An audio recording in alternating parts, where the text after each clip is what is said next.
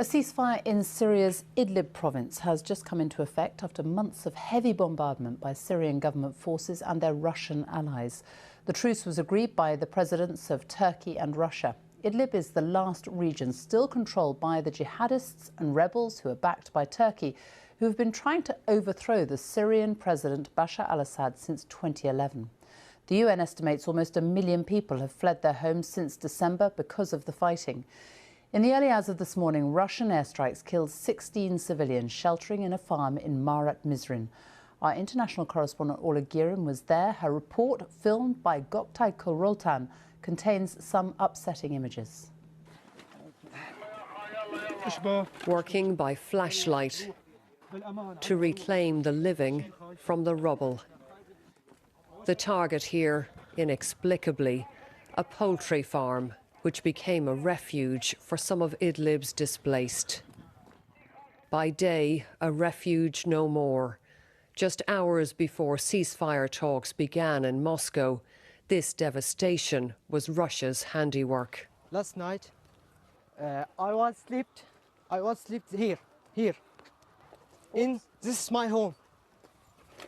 Here, when the Russian airport bombed. This is from the bomb? Yes. Civilians. We are civilians.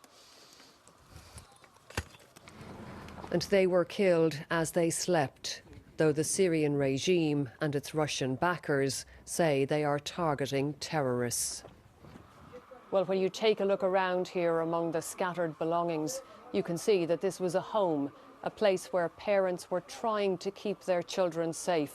Some of the toys are still here, and the dishes are smashed at my feet. What possible justification could there be for bombing a place like this, full of civilians? But in Idlib, this has been happening day in and day out. And there's the sound now of more explosions. We've been hearing bombings in the distance since we arrived. Ahmed tells me it's fine if he dies, but he's worried for his children, who by chance were not here last night. Where do you think you and the children will sleep tonight?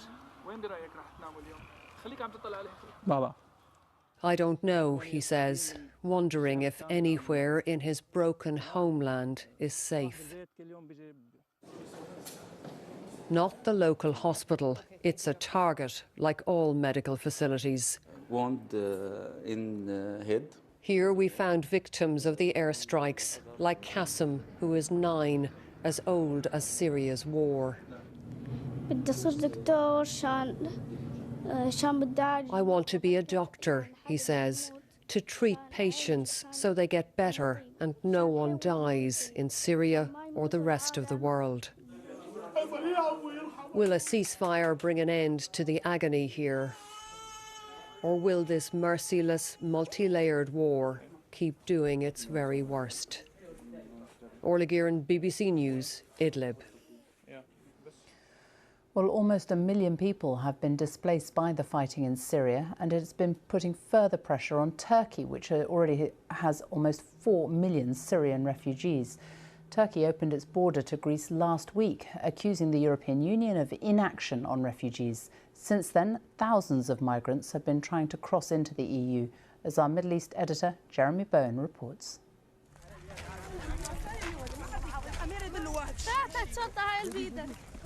Syrian refugees have learned to be sceptical about ceasefires. In western Turkey, thousands who escaped the battles before Idlib and other Middle Eastern wars followed a fence up to the Greek border. They went because Turkey's President Erdogan finally came through with his threat to pressurize the EU by creating a new refugee crisis. Greece kept its gates closed. For a generation that grew up with death, with war stealing their chances of education, it was yet another blow. My future has gone.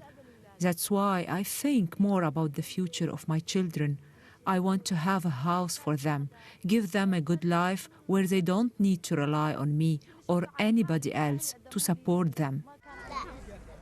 This family with 6 children had made it to Greece, where they said the police stole all their money and burnt their ID papers before they were sent back, trying to salvage some dignity.